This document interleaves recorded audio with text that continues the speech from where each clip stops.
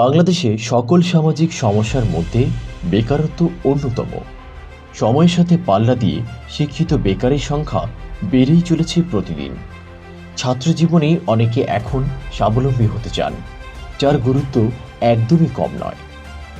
কেতাবি শিক্ষার পাশাপাশি দুনিয়ায় চলার শিক্ষাটাও প্রয়োজন। স্বাবলম্বী হওয়ার জন্য প্রায়শই নানা উপায় খুঁজে থাকে মানুষ। গুগল করলে হয়তো পাওয়া যায় হাজারো উপায়, কিন্তু বাংলাদেশের প্রেক্ষাপটে সেগুলো কতটুকু গ্রহণযোগ্য কিংবা কাজে আসে বলতে পারেন? এই বইটি সেই সমস্যার সমাধান করেছে।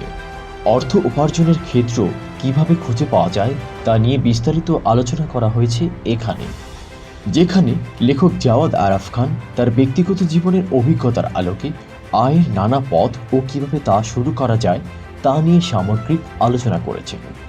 101টি আয়ের পথের সন্ধান ও তা কিভাবে ব্যক্তিগত জীবনে কাজে লাগানো যায় সেসব নিয়ে আলোকপাত করা হয়েছে।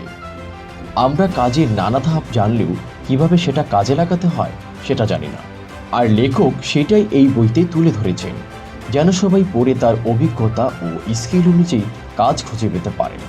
তাই আপনি ছাত্র থেকে শুরু করে যে বয়সেরই হন না কেন, এই বই পাঠ আপনাকে জীবনে আয়ের নতুন পথ উন্মোচন করতে সাহায্য করবেই।